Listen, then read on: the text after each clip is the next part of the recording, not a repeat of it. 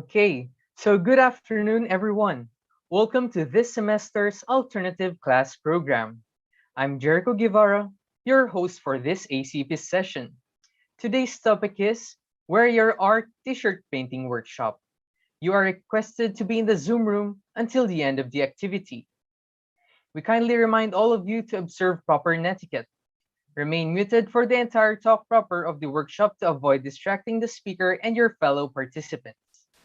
Although not required, we also encourage you to open your cameras for the duration of the workshop. Finally, may we ask you to please make sure that your Zoom names are your real names for attendance checking. Today's ACP workshop will be split into two parts. The first part is the talk of the resource speaker, while the second part is the open forum. So should you have any questions or comments relative to the presentation of the speaker or the topic, please post them on the Zoom chat or the YouTube comment section. Please state your name and your brief questions or comments. During the open forum, we will address them through the speaker. So no unrelated and offensive posts, please. Let us all be respectful. E-certificates will be given to those who will finish the entire workshop and accomplish the evaluation form. We will provide the link for the evaluation at the end of this ACP workshop. We hope that you will gain new and useful learning from this workshop. And to properly begin this workshop, may we now invite each one of us to settle down and feel the presence of the Lord for the opening prayer. In the name of the Father, and of the Son, and the Holy Spirit.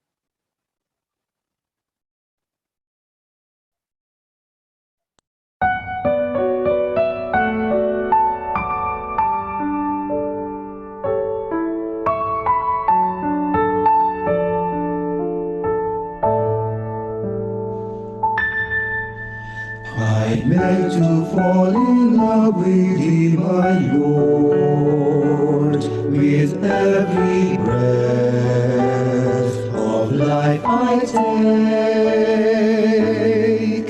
I beg to fall in love with Thee, my Lord, its every beat I to Thee forsake.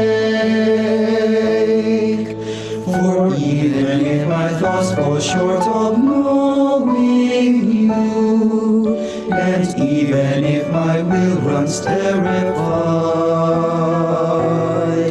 your passion thins the darkness of my soul, sheds its light, breathes its life, stills the murmur of the night.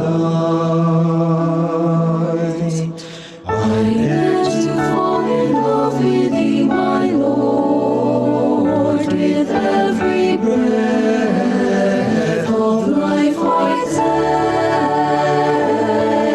I beg to fall in love with Thee, my Lord, its every beat I to Thee forsake. For even if my heart falls short of loving you, and even if my spirit flies away,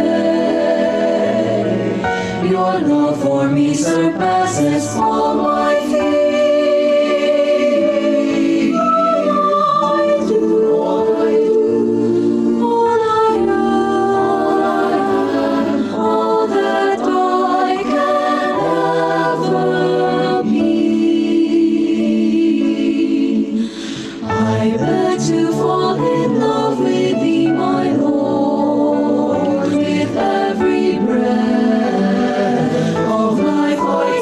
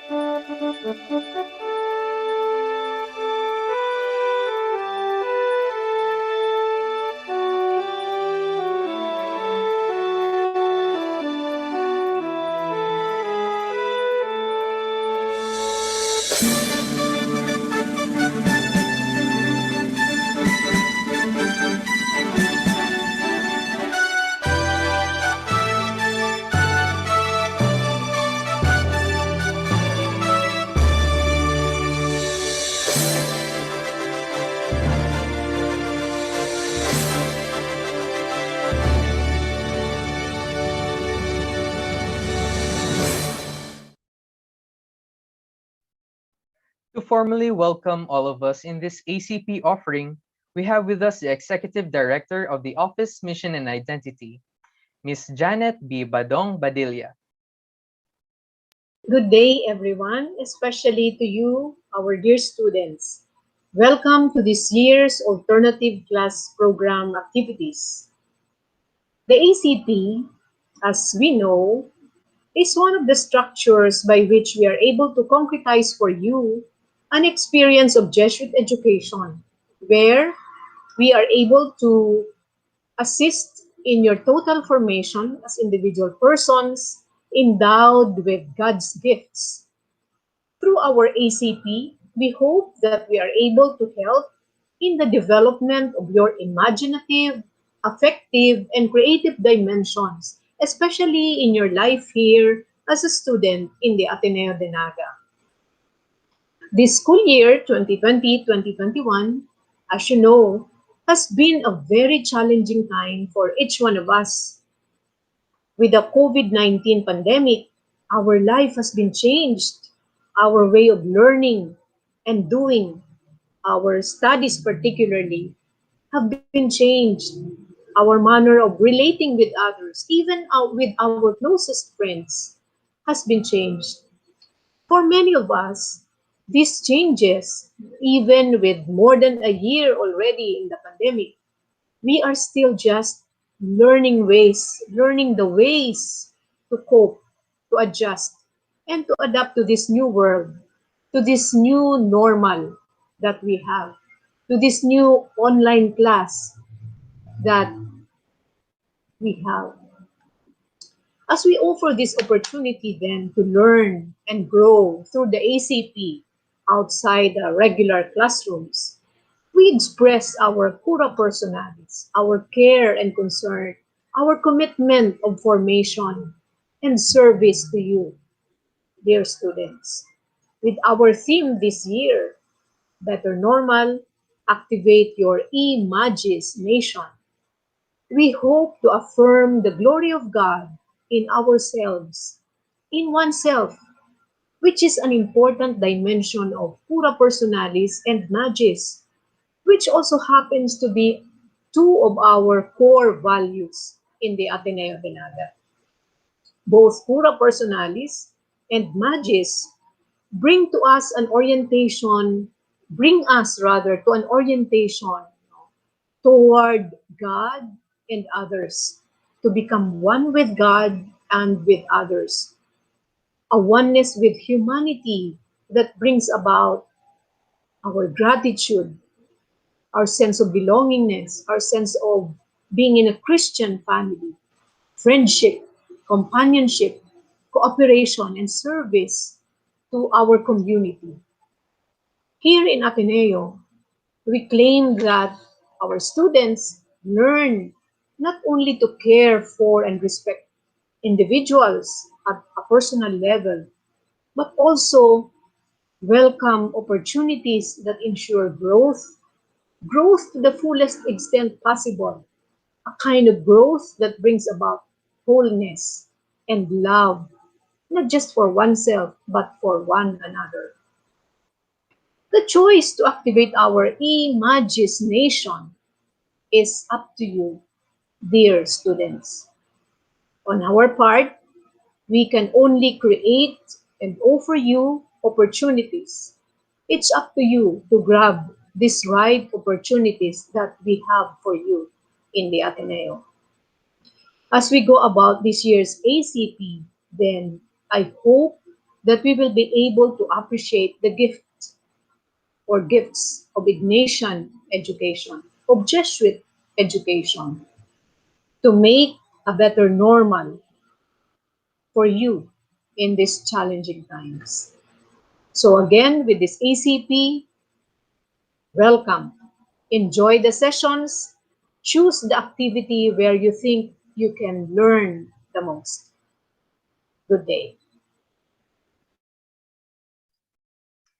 Thank you, University Choir, for leading us in that heartwarming prayer, and salamat, Ma'am Janet, for welcoming all of us in this ACP session. Before we continue or we meet our resource speaker and begin with the workshop, Let's have first a brief background what the ACP is all about. So let's watch this.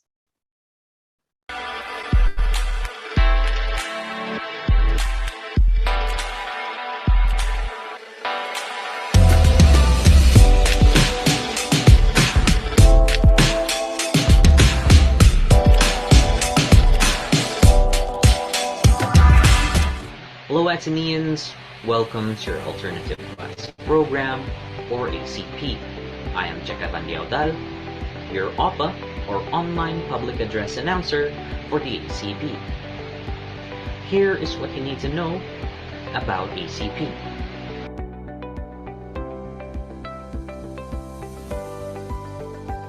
The ACP is one concrete expression of the Ignatian Formation Program and a major student activity. It is conducted every semester to provide college students with formative topics or activities outside of their regular classroom routine and daily schedule, in support of the university's uniquely Jesuit educational goals. Instead of attending their classes for the day, students choose at least one topic or activity from among the offerings during the ACP day.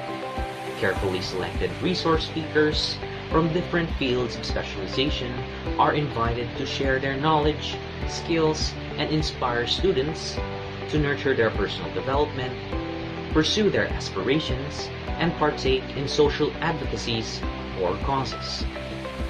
You may have missed your ACP last semester, and the organizers may not be able to implement a face-to-face ACP at this time, and until the situation permits us to return to the campus and our classrooms, but OSA and its partners are confident that their experience in delivering formation programs and student services via online platforms and the support of the university community shall help in still providing a truly formative ACP experience to students in the new setting. This semester's ACP is designed to make use of available platforms like Zoom, Google Meet, and social media streaming features. Hence, health safety protocols are observed and access of students is assured. The theme #BetterNormal, Activate Your Imagination is a call for us to break from the so-called old normal and to activate our creative imagination to understand not only our personal context but also our social situations and to come up with new and better ways of living in the pandemic despite the limitations. It is a challenge to do action on how we, the Ateneans, can create a better environment for us and the larger society outside the gates of the university, or shall I say, outside our online classrooms. The Better Normal channels the Ignatian concept of magis, discerning to do the greater good in new channels and media, and by doing acts of service and love for God and for the nation.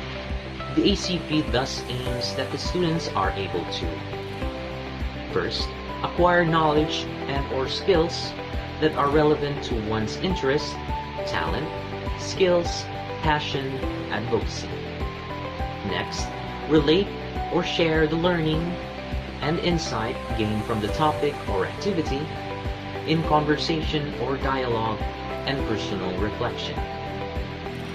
Next, examine the importance of one's interest, talent, skill, passion, advocacy to the development of the society, and seek ways or opportunities by which the gained or enhanced knowledge or skills can be further advanced and used for the benefit of the immediate organization or community or larger society.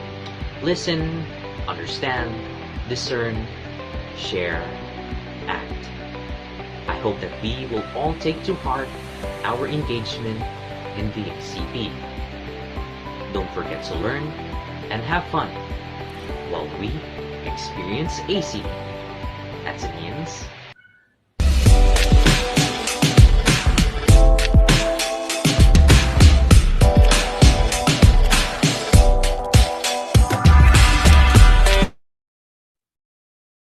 I hope that we now understand the background, objectives, and the theme of this semester's ACP. Hopefully, at the end of this activity, ACP would have a positive impact on our continuing formation in the university. Now, without further ado, let me introduce to you our resource speaker. Our speaker for this afternoon is the owner and art director of Black Project Studios, a local animation company founded in 2011, and which focuses on cartoon video advertisement, graphic design, and illustrations and content creation. As an artist, his works has already been recognized in local, national, and international competitions, such as the #HelloBri International Video Competition held in Zhejiang University, China in 2019, Tanglaw ng Pamana National Video Competition, sponsored by National Commissions of Culture and the Arts in 2018, Doon Po Sa Amin Music Video Competition, sponsored by Smart Communications in 2017, I Love Travel International Video Contest by Cyberlink in 2016, and the Apex Summit Video Contest in 2015. In 2007, he finished software development from the Ateneo de Naga University Information and Communications Technology Center. Currently, he runs a YouTube channel called Alagad ng Sining, where he creates engaging art video tutorials with a goal of inspiring the Filipino youth to hone their creativity. Let us all welcome Mr. Michael Golez. Thank you for joining me. This is Kuya Mike, and today I'll be talking about t-shirt painting.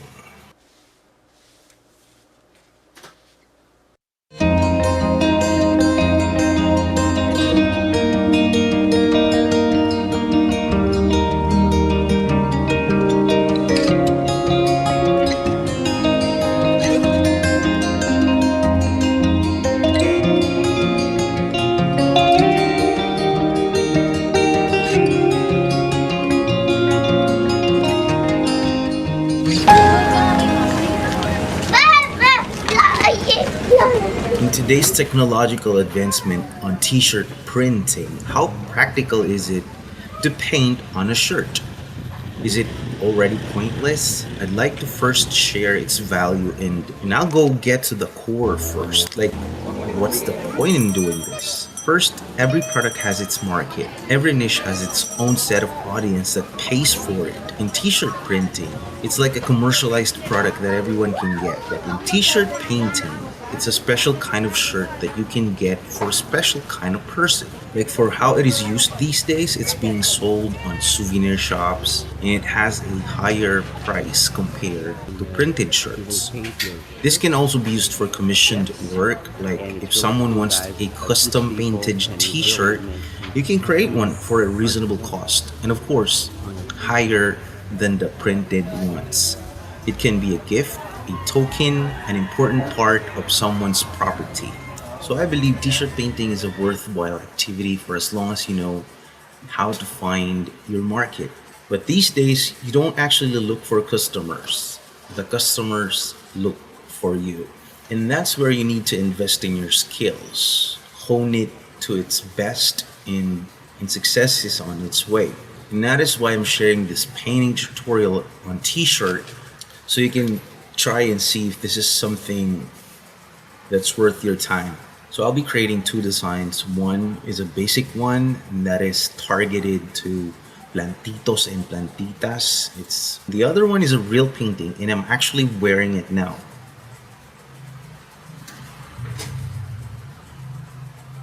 I'm very much inspired by my favorite Filipino painter, Fernando Amorsolo.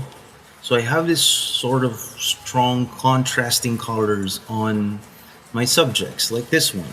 I can't wait to get this started, so let's go. By the way, make sure you listen to every word I say, okay? So let's make this session fun and enjoyable.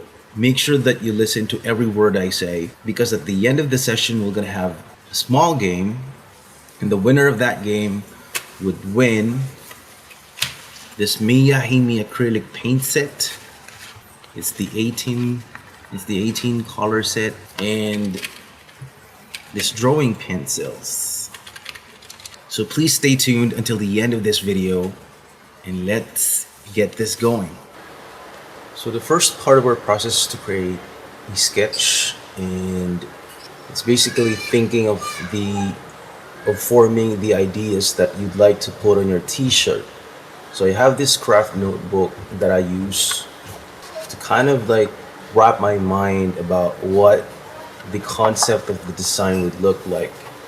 So what I like about this notebook is that it has these dots that I can use when I want to scale the drawing to a bigger medium, like a t-shirt. So let's say, for example, this is your shirt. So I'm thinking of making this design appealing to those who love plants. So you got this bulb like thing.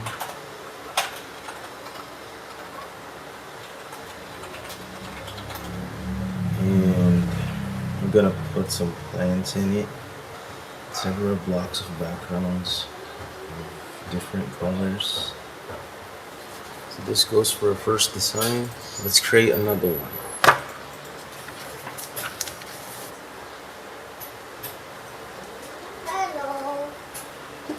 So in our next design, this would be targeted to those guys who want to have a souvenir item when they come to visit Bicol. So I thought of painting Mayon volcano and some street elements to it with a few wires and some awesome clouds. So let's start gathering our materials. First, let's have the t-shirt, and then this is like a backing board that you can use behind the t-shirt so it's laid flat. So this is just an old book that I'm not using anymore, and I covered it with paper. So all you gotta do is to put that not behind the shirt but inside the shirt.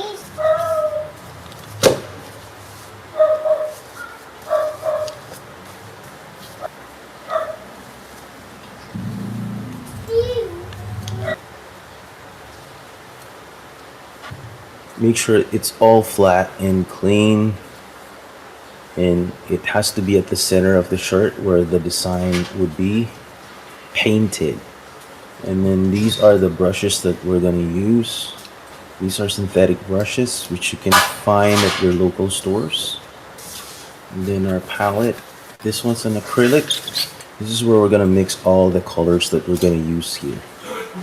And of course, our water supply and containers for our different paints.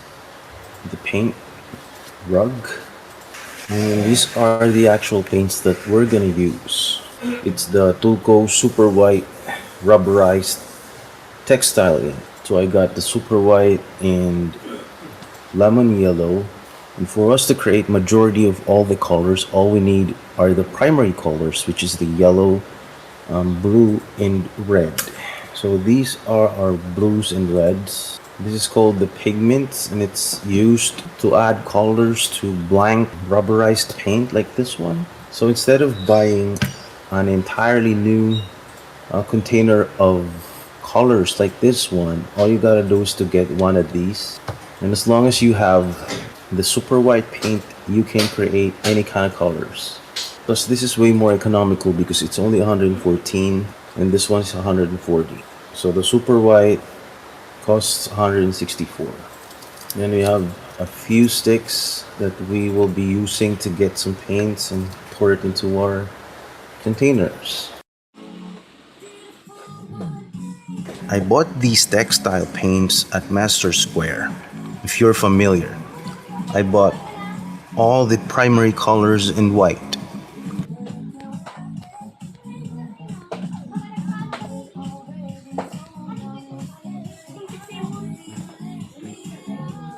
Those are the textile paints.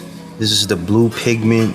the red pigment, and we will just add this to the super white paint and we'll have all the primary colors. You can buy any brush that suit your needs, but I prefer to get the synthetic ones.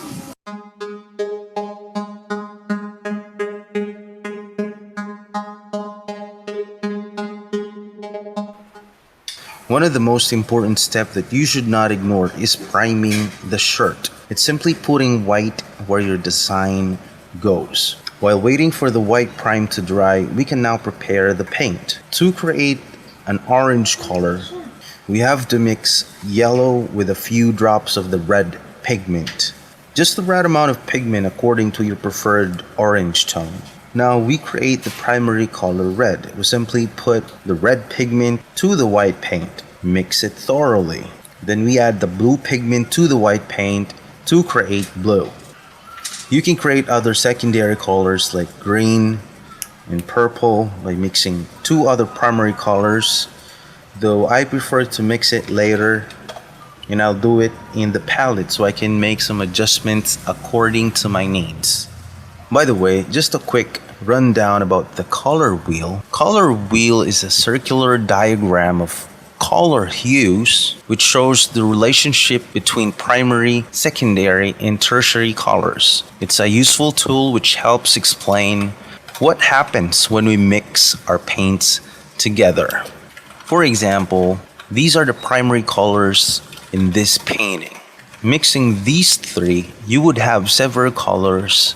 So these are your secondary and tertiary colors. Make sure the white prime on our shirt is dry before painting. So the first design is something simple that appeals to the plantitos and plantitas.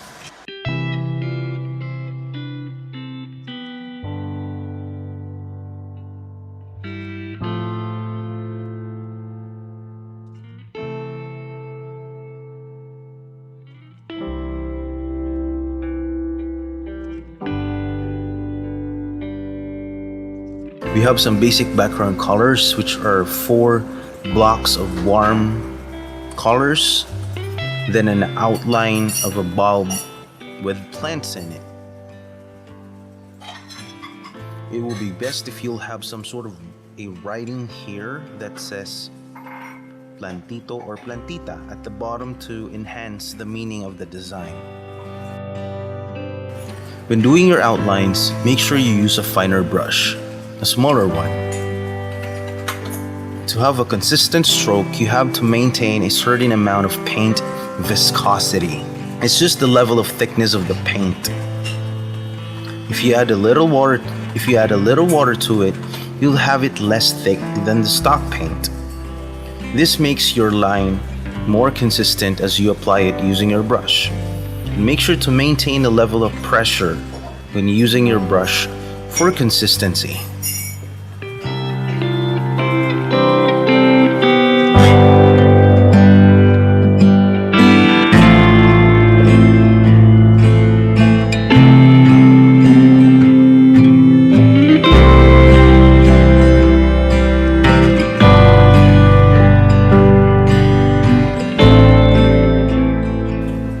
That's it, but we're not done.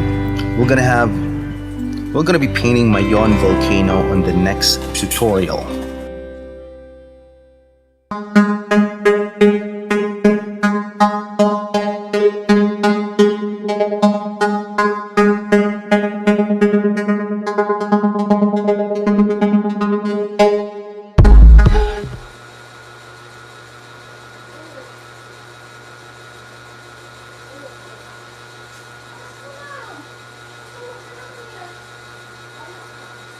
Like I mentioned earlier, you can only start painting once the white primer is dry. We now proceed to working on the background objects like the clouds and sky, since they are further behind of our painting.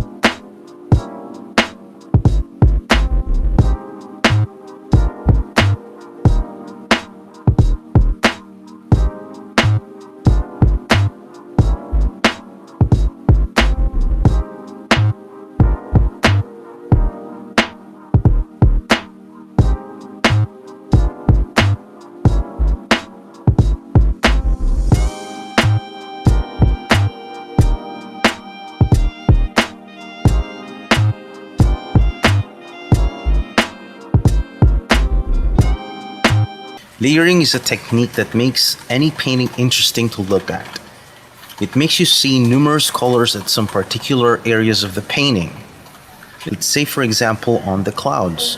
You can see that I painted it yellow as its main color, and I added several colors like yellow orange, orange, light purple, lighter yellow, and a very few touches of red.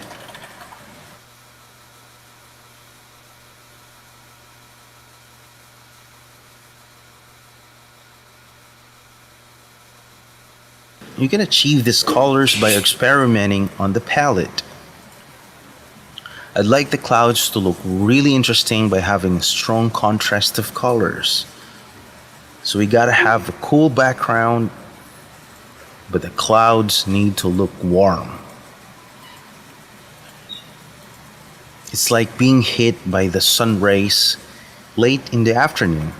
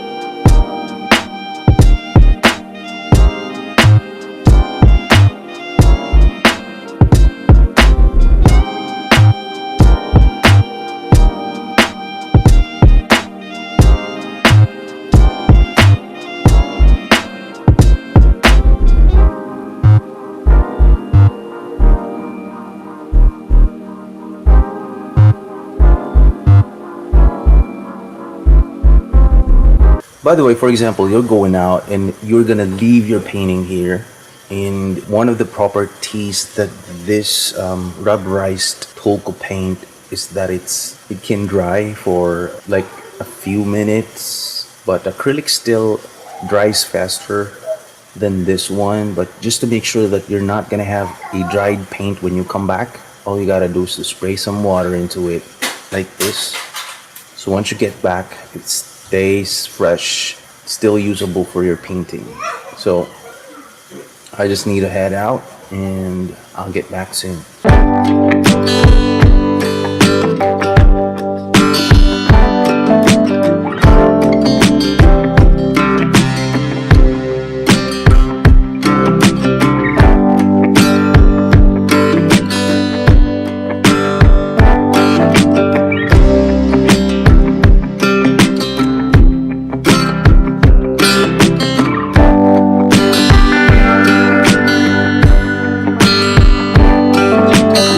These objects below are buildings. I wanted to show some sort of economic progress within Bicol region.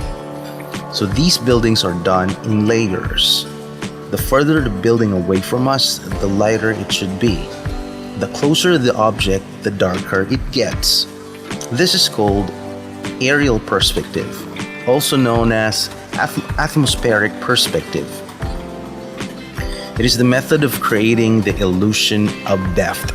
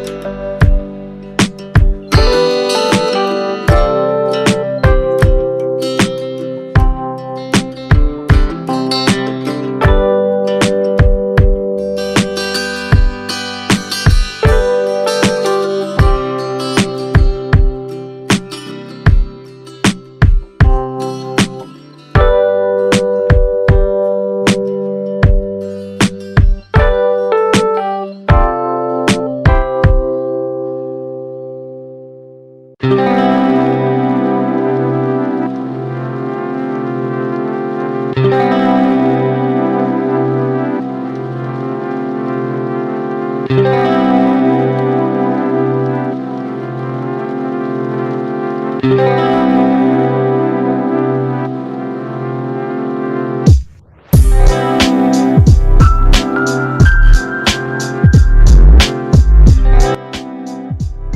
now at the last phase of the painting. We now add the details. In this case, the details that I'm going to work on are the electric posts and wires.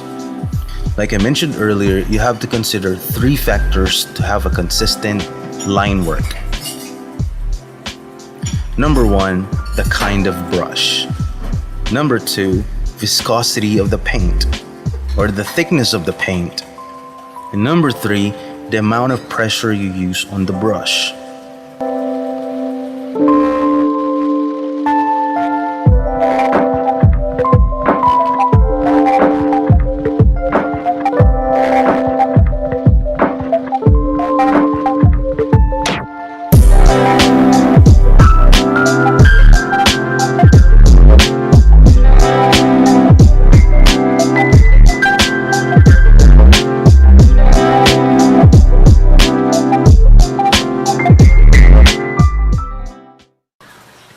So let me talk more about the pressure on the brush.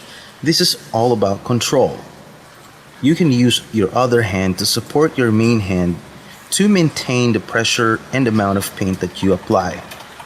Sometimes you have to stop breathing for a few seconds to maintain focus and sustain control of your strokes. I know it's a little bit weird, but it really works, the same way snipers control their shots.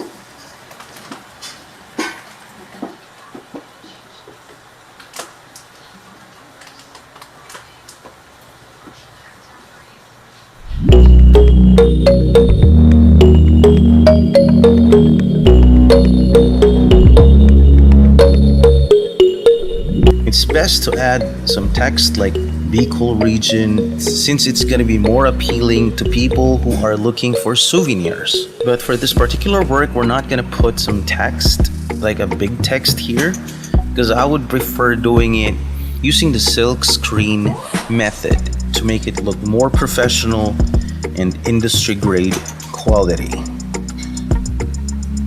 Though this time, I'll simply put my signature instead to add some sense of pride to my work.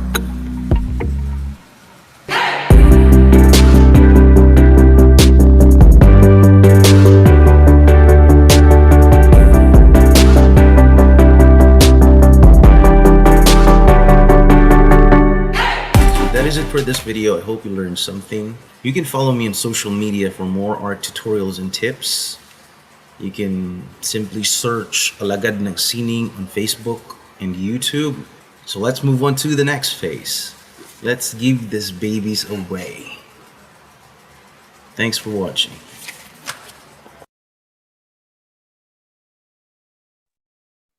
Wow. So thank you, Sir Mike. I really love the artworks that you have presented to us. So they are really creative artworks. I know that for a fact kasi ang best kong drawing nga or painting would be stick figures lang. Kasi yun yung, yung best kong kayang gawin. So yan, kidding aside, may I now call on Sir Mike for the game that he will be presenting to us. Hello, everybody. Hello, Athenians. This is Mike, and let's go ahead and continue this by letting me wrap up everything. Like, gusto ko kasi mag-sink in yung mga maliliit na detalyeng posibleng na miss out nating lahat.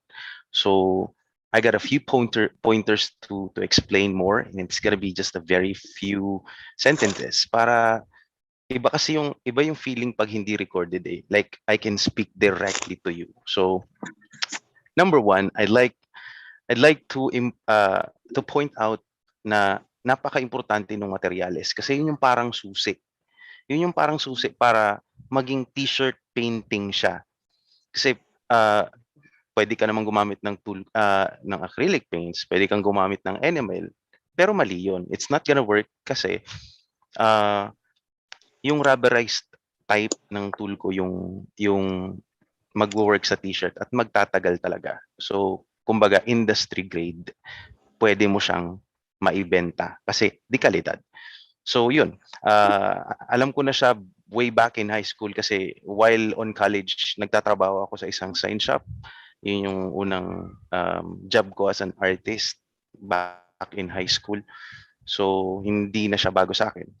And another point that I'd like to point out again is bakit pa natin kailangan mag-t-shirt paint, 'di ba?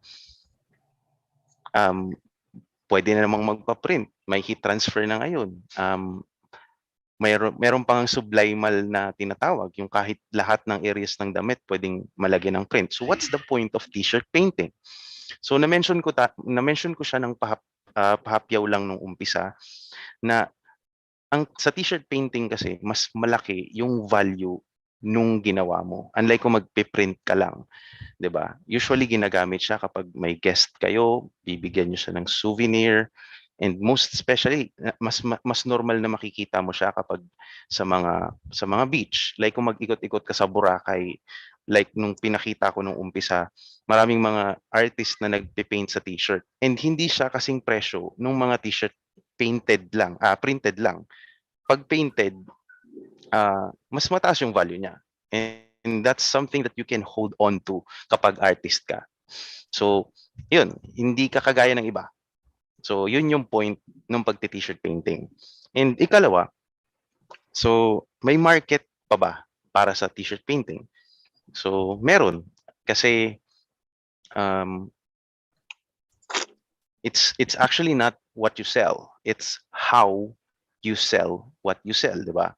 So, na-mention ko kanina na hindi sa panahon ngayon, hindi mo na kailangang maghanap ng customer or ng client kasi yung client na ang maghahanap sa iyo. And that's what works this day. Iba na kasi yung parang konsepto ng marketing ngayon eh.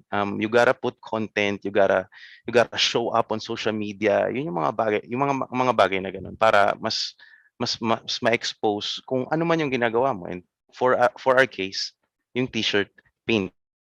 So, like I mentioned, madali mo siyang maibebenta sa mga Facebook group, sa mga related pages, and most especially napakalaking bagay ng Shopee. Kasi ang Naga City, itong lugar natin, hindi pa siya serviceable ng Lazada. And ang kagandahan, pwede tayo mag-Shopee. Pwede tayo magtinda sa Shopee kahit wala kang business permit. Just like normal na tao. And kung magsasaliksik kayo sa YouTube, napakaraming estudyante na malaki ang kinikita sa pagtitinda sa Shopee. And one of those things na pwede nyong itinda ay yung mga bagay na magagawa ng inyong mga kamay. Hindi siya ordinaryo kasi t-shirt painting siya, hindi siya t-shirt printed like everyone else is doing. So, and yun lang naman. Tamang materyales kasi yun yung susi. Ikalawa, mahalaga pa din yung t-shirt painting kahit papano. Ikatlo, yun, mas madaling mag-market ngayon, mas madaling magbenta ng kahit ano pang bagay na gusto mong itinda para makatulong dahil nasa pandemic tayo. And lastly, yung ano na nga, bali, I really like to leave an impact on this ACP because this is my first time. So, tingnan natin kung ilan ba yung participant. We have 58 participants right now.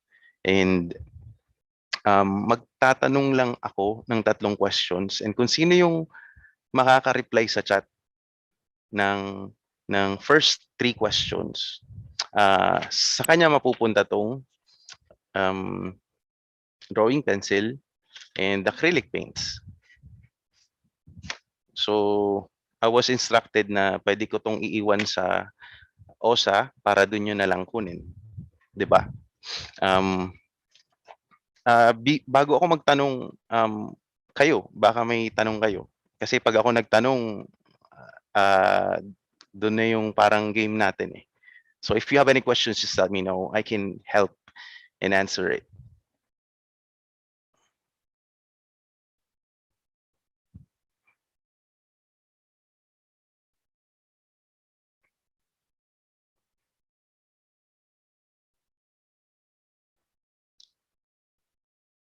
So I'm not sure kung paano kayo magtatanong through Ay, chat okay. ba?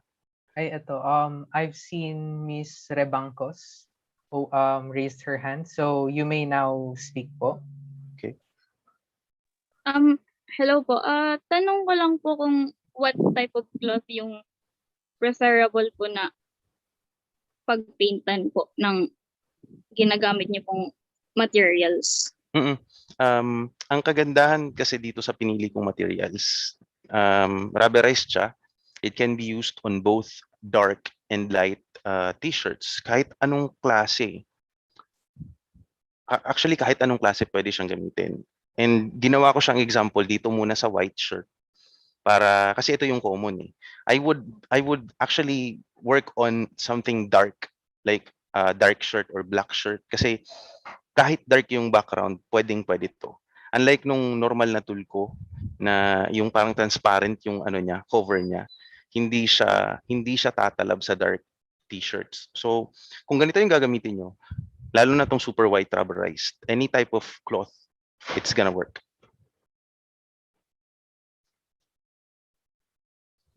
Okay, so Miss Sarte. Hello po, sir. Hello, hello. Ang ano ko lang po is kung ano yung ginamit yung pang prime ng shirt. Is it yung tool ko na textured na? May parang hindi ko narinig. Same din. Same din. Okay. Yung super white. Sige po, sir. Thank you po. Welcome.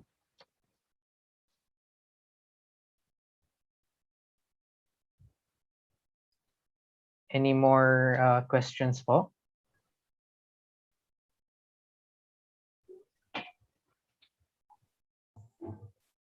Okay. So, may nag-raise ba kanina ng hand kanina? Wala na. Okay. So, here's a question po, Sir Mike. So, what would you advise to our dear artists regarding the ways they can use to overcome the challenges on artistry during this pandemic? Actually, kabaliktaran kasi yung nangyayari. Imbes na challenge, nakikita ko siya as opportunity. 'Di ba? The more lockdowns, the more na mas magkakaroon tayo ng time sa ating sarili na i-hone o i-develop pa yung mga skills natin na parang kinalimutan na natin dahil busy sa module, busy sa mga plates, busy sa assignments, projects. And this time around, meron tayong chance na gawin ulit 'yun. And sa ano naman, yung usually yung challenge ng mga artist is yung art block eh. Yung parang hindi ka na ginaganahang gumawa kasi feeling mo yung kung ano yung ginagawa mo, hindi siya sapat sa kung ano yung gusto mong mangyari. And sa challenge na yun, kailangan lang natin gumawa kahit anong mangyari. Kasi kung mahal talaga natin yung sining na ginagawa natin, kahit magkaroon pa tayo ng paulit-ulit na art block, ma-overcome natin yun.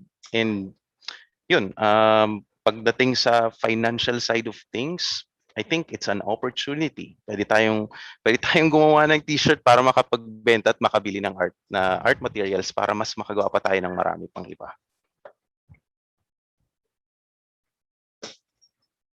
So that's it. So here's another one. So kay Miss Judy Ann, she's raising her hand. Good afternoon, sir. Hello. It also happens, sir, that one of the corporate business that we are planning to build this year, sir, is t-shirt printing production. It is different to you, sir, since you are using painting. My question would be, do you use other color of t-shirts din po, sir? And when you use other color of t-shirts, what are the possible designs that yung color combination po, sir, para mas gumanda po siya sa t-shirt color na pictures po namin. Thank you, sir. Depende kasi kung saan siya gagamitin eh. Like kung business siya, ang ibig sabihin, iba't ibang klase ng kliyente yung papasok sa inyo. So usually, at ang makakapagsagot diyan ay yung business side of things. Like kung ang budget ng kliyente nyo hindi masyadong kalakihan, so ang gagawin nyo diyan kung printing kayo at hindi painting, yung normal na tulko paint lang. And ang pagpapresyo niya per piece. So bibilangan nyo kung ilang piece yung kailangan and pepresyohan nyo siya base sa kung ilan yung volume ng in-order nila. So pagdating sa kulay, yun na nga, the darker the cloth is, you have to use the rubberized one. Kasi ito yung tinatawag nilang opaque. Tawag namin dito doon like 10 years ago, opaque paints. Ngayon ang tawag na nila rubberized. So pag dark yung damit, like dark red, dark brown, dark green, especially black, you have to use yung opaque paints like itong rubberized paint. Meron ding pwede din kayong gumamit ng embossed. Ipiprint nyo siya sa shirt and then paplansyahin nyo siya tapos biglang lolobo yung design na actually maganda siyang tingnan. Ang problema lang, medyo mas mahal. So going back, it all boils down to the budget of the client. Kasi the more na maganda yung output, the more na mas mahal. So on the darker shirt, kailangan yung mga opaque paints. So let me know kung may additional question ka pa. Thank you so much, sir. For additional po, sir, I want to ask, what are the challenges you've encountered while putting up this kind of business, and how do you cope to each one of it po? Yung knowledge ko kasi sa t-shirt printing and painting, nakuha ko while I was parang nasa OJT ako noon. Habang nasa eskwelahan ako, sumasideline ako as assistant artist. So yung business side of printing and painting, hindi ko masyadong gamay, pero alam ko. Kasi at this point, hindi na printing yung business na hinahandle ko. Like more on animation and digital stuff na eh. Kasi ang kagandahan, pag digital yung products, ang kliyente na pwedeng pumasok sa'yo, pwedeng local, pwedeng international. And kung international siya, dollar and pounds yung conversion nung kikitain mo. So pagdating naman sa t-shirt printing, I think yung challenge na pwede mong kaharapin ay yung kompetensya. Kasi the more na mas maraming machineries, the more na mas maraming technologies, like yung kung nakikita mo yung mga jersey ngayon ng mga basketball players, all throughout the shirt, all throughout yung damit, kaya na ngayong pintahan o printan. And that's gonna be a huge challenge kasi paano mo siya babanggain na kung ang kaya mong printan itong harap lang. So the more you can invest on machinery, the more larger na mas malaki yung magiging client base mo. So yun yung challenge. I think one of the challenges is the competition. So ang pwedeng gawin, so since may challenge, kung anong pwede natin gawin. So mag-a-adjust tayo ng konti sa price. Siguro mas mag-e-effort tayo sa pag-market natin sa social media. And yun, galingan talaga. Gandahan yung kalidad ng gawa kasi nothing beats quality. True, sir. Thank you so much. Welcome. Okay, so again, if you have questions or insights relative to the presentation of Sir Golez, you can click the raise hand button and wait for your name to be called. You may also use the chat box to send your questions. Okay, so I see here Miss Peralta is raising her hand, so you may now ask your question po. Hi sir, good afternoon Hello. po. Ask ko lang sir if paano po, yung sister ko kasi acrylic yung sinabi niya sa akin gamitin. So pag acrylic sir, paano po yung napapatagal po yung yung quality or mas napapaganda? Then paano po nagdi-deal sa mga yung mga barat o sir na client mo, especially sa Philippines? Parang ang baba kasi ng tingin nila when it comes to art po. Parang kapag nagpresyo ka ng 500 sa isang art piece, parang ang mahal na agad, or mostly ang ginagawa, hinihingi na lang po. so bali dalawa yung question na kailangan kong answerin, di ba? Unang paano mai-improve yung kung halimbawa acrylic yung gagamitin, and ikalawa, kung anong dapat gawin ng artist pag mura yung sinisingil, mura yung mura lang binibili ng client yung art niya. Tama ba? Yes, sir, kapag barat po, sir, yung client. Oo, barat. Actually, ang saya-sayang sagutin yan eh. Kasi I've been dealing with that for the past 15 years. Unang-una, tungkol dun sa acrylic paint, ang problema sa acrylic, pag ginamit mo siya sa cloth, magbibitak-bitak siya. Kasi kung yung acrylic paint nga sa wall, sa katagalan, nagkakaroon siya ng mga cracks, how much more sa damit na gumagalaw-galaw. So kaya kaya superior yung mga rubberized paint kasi kahit labahan mo siya ng paulit-ulit, kahit bilad mo siya sa araw ng paulit-ulit, okay lang. Yan yung mga nakikita natin sa mga print ng mga branded shirts like yung mga Bench, yung mga Pen Shop, rubberized ang mga gamit nila kasi tumatagal talaga siya. Yun ang issue sa acrylic paint. And kung paano, I'm not sure kung paano eh. Siguro, kasi pag nagpe-paint ako ng acrylic, nilalagyan namin siya ng parang top cover. Like kung sa mga painting na ganito, nilalagyan ko siya ng tinatawag namin emulsifier. Parang outer covering siya na para mas maging makintab at protected yung painting mo. Ewan ko if it's gonna work on shirt. Kasi I think it's gonna have the same effect. Kasi yung properties ng acrylic, ganun pa din eh. Kahit takpan natin sa ibabaw ng clear covering, kung ano talaga yung build niya, ganun pa din siya kahit takpan pa din natin. So okay lang ang acrylic sa t-shirt kung pang-practice, pero kung sasabihin nating pang-tinda or pang kalidad na panglabanan sa mga normal sa industriya, I would suggest rubberized pa din. So does that answer your question? Yes, sir, thank you po. Pagdating dun sa mga client na naniningil, pagdating dun sa client na halos hingin na lang yung artwork mo, unang-una, tumingin tayo sa ating mga sarili. So, mag-internalize muna tayo kung ano yung halaga natin, di ba? Gaano ka ba kahalaga? And then, gaano kahalaga yung panahon mo, di ba? And dun mo maka-quantify kung tama ba ang ganitong rate sa halaga mo. 'Di ba? Nagsimula din ako sa Tama, know your worth.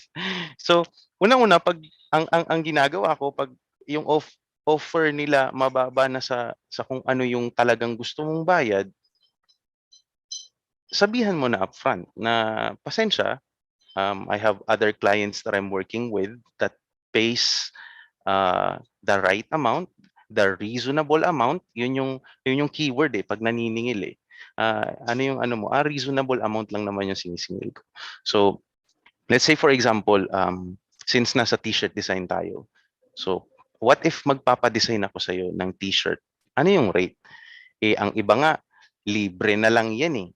Pag nagpapa-print ako dun sa shop na yun, libre na yung design eh, 'di ba? So paano kung sasabihin sa iyo yung ganun? Yung design side kasi nung t-shirt printing iba din. Kasi dun nakasalala yung ganda nung print. So iba yung charge doon. So kung ano man yung magiging charge mo doon, you have to stick to it. Kasi it all boils down again dun sa respeto mo sa sarili mo. Kapag sinabi mong 2,000 ang design, ang per design mo, you have to stick to it. And kung kakilala, kung auntie, kung pinsan, okay kang bumaba eh.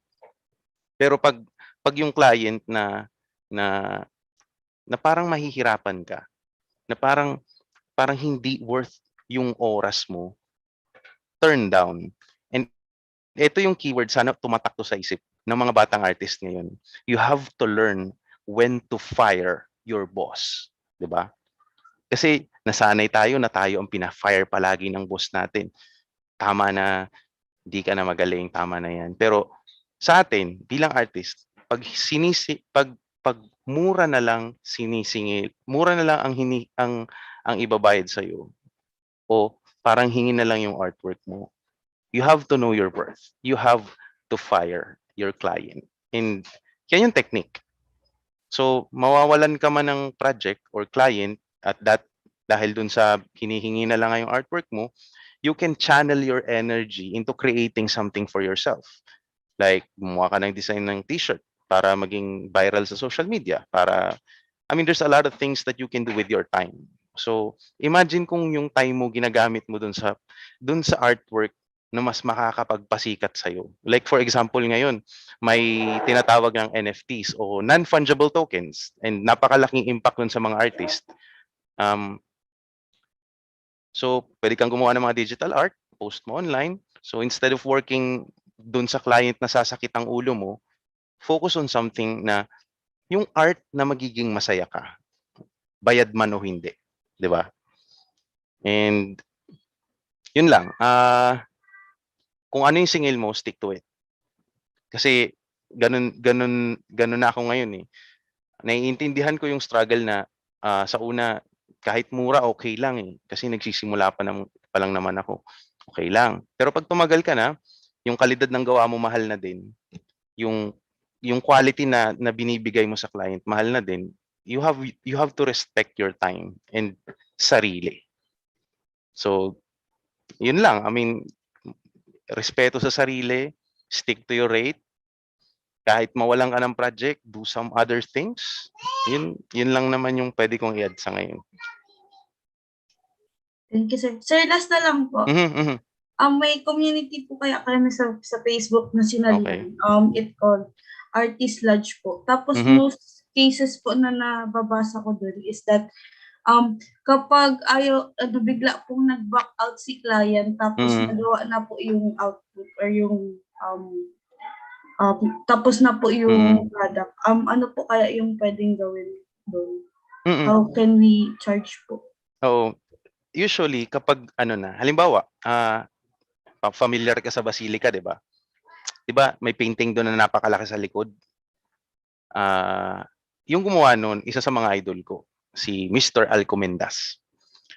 Ang style sa mga ganung klase ng trabaho, bago pa magsimula yung painting, kasi hindi naman siya yung parang sa papel lang eh, na gagawin mo lang ng isang araw, yung parang t-shirt design na ganito, gagawin mo lang sa isang araw. Pero what if malaking canvas na siya? Like yung mga nilalagay sa simbahan. So ang style dyan, dapat 50% upfront. At kung napakalaki talaga mga kontrata, like nagsisimula sa 100,000 yung mga kontrata, mayroon na siyang kasulatan na panghahawakan yung pareho na magbabayad siya upfront 50% and then kapag completed na, saka siya magbabayad ng 50%. So, yun yung safety net para sa mga artists. Kung magpapaportrait lang naman, hindi na naman kailangan ng mga kontrata kasi hindi naman siya ganun kalaki. Pero, importante na bago magsimula, dapat humingi ka ng down payment. Kahit magpa-welding ka ng upuan, kahit magpagawa ka ng kubo sa may diversion road, it always has to start with down payment. Kasi ikaw bilang artist, sasabihin mo na bibili ka ng gamit, kailangan mo ng yung pantustos sa araw-araw mo. Kasi tao din tayo eh. Kasi pag sinabing drawing lang naman yan eh. Hindi ka naman, parang akala nila kasi palaging parang ginagawa lang ng bata. Pero napakalaki ng role ng mga artist sa mundo. Like, kung ano itsura ng Zoom ngayon, artist ang nag-design yan.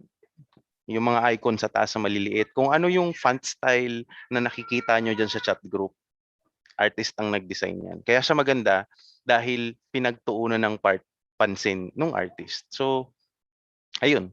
50% down payment. Lalo na pag malaki. Pag napakalaki talaga, dapat may kontrata na. Thank you po, sir. God bless. God bless din po. Okay, so I can see Miss Sarte raising her hand. So you may now ask your question po. Good afternoon po ulit, sir. Hello. Hello. Artist po ako, and actually Nice. right now I'm taking a course for sa arts, like sa arts talaga. Tapos napansin ko po yung mga paintings niya sa likod, and maybe for others na hindi medyo maintindihan since painting po itong pinag-uusapan natin, yung color theory po, sir, kahit yung basics lang. Kasi po kanina yung about yung kunwari sa clouds, you said that the base color was yellow, tapos ang mga inad niyo po is orange, red, tapos a little bit of violet or purple, yung light purple. So maybe explain po sa iba kung paano yung parang color theory. Nagiging komplikado kasi yung color theory kapag napakaraming kulay na eh. May fuchsia na, may vermilion na, may kung ano-anong kulay na hindi familiar yung iba, 'di ba? So para mas madali natin siyang maintindihan, yun bumalik tayo sa color wheel, yung kung ano yung gusto mong kulay. Halimbawa, ito yung balik tayo sa primary colors. Kung ito yung yellow and blue, within that color, nandun na lahat ng pwede mong magamit na kulay dahil nandun yung secondary and tertiary colors. I mean, masyado kasing parang fancy yung term niya na secondary, tertiary, complementary, mga analogous, mga ganun-ganun. Pero in real life, pag ginagamit mo siya ng paulit-ulit, like kung nagdo-drawing ka lang din ng paulit-ulit, parang na-acquire mo na lang siya naturally. So, paano ko ba sasagutin yung sa clouds? Kasi ganun lang din naman eh. Kung ano yung main color, yun yung inuuna ko sa likod. So, halimbawa, parang bini-breakdown mo yung isang object. Halimbawa, magdo-drawing ako ng ganito. So, kulay red lang siya. Unang-unang tingin ko sa kulay red lang. Tapos, the more na tumatagal, padagdag na ng padagdag yung iba't ibang shades ng red. So, may light red na, may dark red na, tapos naaapektuhan na din siya ng mga nasa background niya. Like yung puti ko, nagre-reflect na din dito. Same with the concept na nangyari dun sa clouds na pinaint ko kanina. Kaya siya yellow kasi sinisinagan siya ng sunset. So, maliban kasi nung intrinsic properties ng mga bagay-bagay na nakikita natin, isang factor din yung environment. So, yun, sa color theory, ganun lang din talaga eh. Yung color wheel lang din, dun lang umiikot yung mga kulay. So, review lang natin yung color wheel, secondary, tertiary, tapos yung mga color concepts, yung mga color theories na mga analogous colors, yung mga magkakatabi-tabi, supplementary. Kasi malaking tulong siya pag nagpe-paint eh. Kasi kung titingnan nyo, for example, tong t-shirt, di ba? Yellow. Yellow siya, tapos purple yung kapaligiran niya. Yan yung tinatawag na complementary colors. Paboritong gawin niya ni Fernando Amorsolo. Napakalakas ng contrast. Like, isang tingin mo pala, mabibigla ka. Parang sumisigaw yung pagka-orange and yellow niya eh. So, yan. Yung color theory behind this artwork is complementary colors. Yellow, purple. So, isa pa, contrast. The more na lumalayo, lumalight. The more na lumalapit, mas nagiging dark. So, ewan ko kung ano pa bang i-share ko, pero sana nakatulong yung suggestions ko o explanation. Yes po, sir. Medyo may pa po ako. Okay, Do okay you lang. usually go with the rules of colors or whatever looks good since medyo may pagkaalam na kayo about the foundations of color, fundamentals, do you usually just go with whatever looks good? Sabi nga dun sa sa pelikulang, kalimutan ko na yung pelikula, whatever you do it from the heart. So, kung ano yung ikinisasaya ng puso ko sa nakikita ko, yung parang connection ng mata at puso ko, yun yung ginagawa ko. So, hindi na kumbaga sa yung parang pinapakiramdaman mo lang yung artwork. And doon tayo gumagaling eh. So, hindi lang doon sa pag gumawa tayo ng green, dapat equal amounts of yellow and blue. Dapat ganito, dapat ganyan. Sometimes, pag kabisado mo na yung rules, doon na magsisimula na yung sinasabi nilang pag-break ng rules eh. So, yun. Pakiramdaman. Puso. Puso. Thank you po, sir. Thank you. Welcome. Okay, so any more questions from our audience? Any more questions? You may raise your hand. Okay, going once. Twice. Meron pa ba? Yan, sold na yung painting. Subastahan. Okay, so may we start na, sir, dun sa game na sinabi mo po? Okay, sige. Okay. So, yes, ayun, we have 57 participants. Isa sa kanila mananalo nitong ating art materials. Iiwan ko to sa OSA at doon nyo na lang i-claim, okay? Kasi may nakita ako ditong from Kamalig and Legazpi pa. So, parang mag-ship pa tayo nito. So yun, magtatanong lang ako ng 3 question. And kung sino yung unang makakuha ng 3 correct answers, mauuna. Iniisip ko kanina, parang magpapakita ng answer sa video. Pero I think it's not practical kasi hindi lahat may video. So dito tayo sa chat, magtatanong ako, i-chat na yung answer. Kung sino yung mauna, 1 point sa kanya. So yun lang, ganun lang. And yung tanong ko parang pambata lang, parang wawawi lang to. So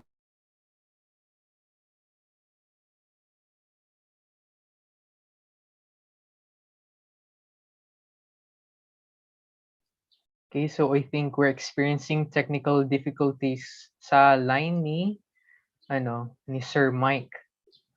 Okay, so wala pa rin as of now. Okay, so may I remind na dun sa instructions ni Sir Mike, if ever man na yun ma-answer na ng questions kapag okay na ulit si Sir Mike, just type in your answers dito sa sa chat box dito. Okay. So may I ask, kumusta naman kayo ngayon, guys? How are you? Okay. You may open your mic. Okay. Okay, pwede din kayong mag-chat. So, kumusta na ba kayo ngayon? Yan, si Miss Peralta. So, she's having fun. So, I hope na the others are also having fun. Lalo na ngayon kasi, yan nga, we're talking about something na as artists, di ba? Yung, yung forte nyo. So, buti nga naman at we're, having fun. Okay, so you're very fine. Okay, yeah. Very fine. Thank you. Okay, so exciting ang mga happenings. Okay, what else? Ano pa? Nasa biyahe daw. Okay, taga-ingat po. Okay, ingat-ingat po tayo muna. Lalo na may COVID. Okay. So, is Sir Mike already here? Yep, I'm back. Okay, thank you po. Nawala lang internet, sorry. Okay po, sir. So, nasaan na tayo? First question yata. Yes po, sir. Parang wala pa nag-answer. Ano ata, sir, hindi po naabot yung yung question. Okay, sorry. Okay. So, yung first question ulitin ko, parang nakat dun sa part na magtatanong na ako. So, yung unang question, sino ang paborito kong Filipino artist? Ayun. Okay, we got an answer from Ron. I think siya yung nauna. Bumuhos na ng kasagutan. Okay. 1 point for Fernand, 1 point for Fernand, 1 point for Ron Joshua Pesimo. 4-15, siya yung naunang sumagot. Okay, for the second question. Ano po, si Alana Mien po, yung nauna. Oo, tama. Alana Mien. Yes po. Yep. Okay, sa second question natin, ano-ano yung mga primary colors? 3 lang yan. Okay, mayroon na nakakuha.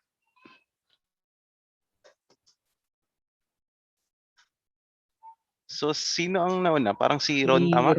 Ron po, sir. Okay. 1 point for Ron and 1 point for Alana.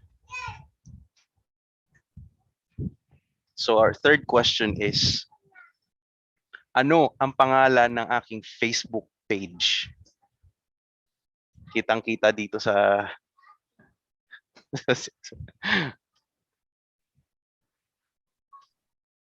Okay, parang na...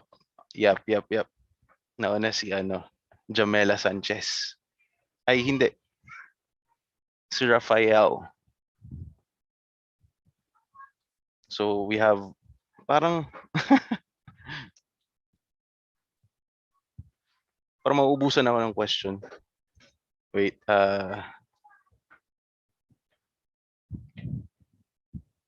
so nauna si Rafael Gregorio. So Ron, Alana, and Rafael got 1 points. So lugi yung mga mababagal ang wifi. That's fine. Our third question ay fourth na pala. Ano yung bulkan na pininta ko kanina? Okay, we have 2 points for Ron. Ay parang Rafael pala. Rafael po, sir. Okay. And our fifth question is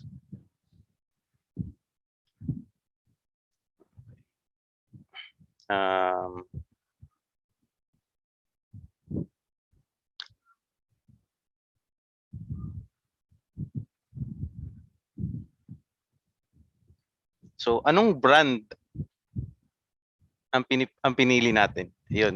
Meron ng answer. Dapat spelling tama ha.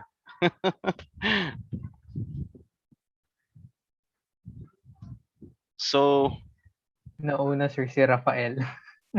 okay, does that mean 3 points na siya? 3 points na po. Okay. May nanalo na, sabi nila. So, yun lang po. Wala na naman akong i-share pa. Sana next time, I really wish to talk about video editing kasi parang feeling ko madami ako may share doon, and also kung paano ma-monetize sa YouTube, 'di ba? Dami natin pwedeng gawin eh. I mean, napakaraming magkakaroon ng interest pag ganun kasi pandemic tayo, kailangan nating mag-isip ng mga paraan para mag-cope up, and I'll think of the best ways na pwede kong i-share sa lahat. And kahit pigain ko lahat ng mga nalalaman ko, i-share ko lahat. Libre. So, yun lang po. Okay, so thank you, Sir Mike, and congratulations kay Rafael. Okay? Ay, hello. Ay, Hello, congratulations. Kay ano na lang, Jico. Sir, kay Ron na lang. Di man ako kataon mag-painting. Transfer of price. Pwede ba yun? Okay lang, sige lang, sir. Okay lang. Kaklase ko kay Sabi, sir, si sabi Ron, kasi sa ng EIA. sabi ng DTI non-transferable daw yung price. Bigay. Sayang yan, sir, sa akin, sir. Sige. Sige. Okay, Pero i-ano mo na lang, i-coordinate mo na lang with with OSA. Thank you po, sir. Okay. Salamat po, salamat. God bless. Okay, so thank you, Sir Mike, and congratulations to the winner and to those who participated in the open forum. Now we have come to the end of the program. We hope that we'll have all learned something from this ACP topic and have been inspired or challenged to use our talents and skills and get involved in programs and advocacies that would impact on people empowerment and social development. So to show our gratitude for Sir Mike Golez for his time and effort, we now present this certificate of appreciation with a citation.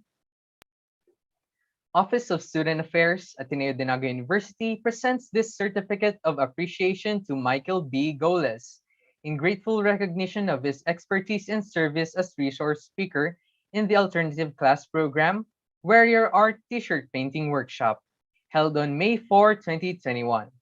Given this 4th of May 2021 at the Ateneo de Naga University, City of Naga, Philippines. Signed by Rodolfo S.B. Virtus Jr., Director of Student Affairs, Janet B. Badong Badilla, Executive Director for Mission and Identity, Dr. Alfredo C. Favay, Vice President for Higher Education, and Father Robert E. N. Rivera, S.J., University President. Again, we thank Sir Mike. This ACP session will not be possible without your presence. Once again, thank you, Sir Mike. So, do you have any final note or message to our students po? Um,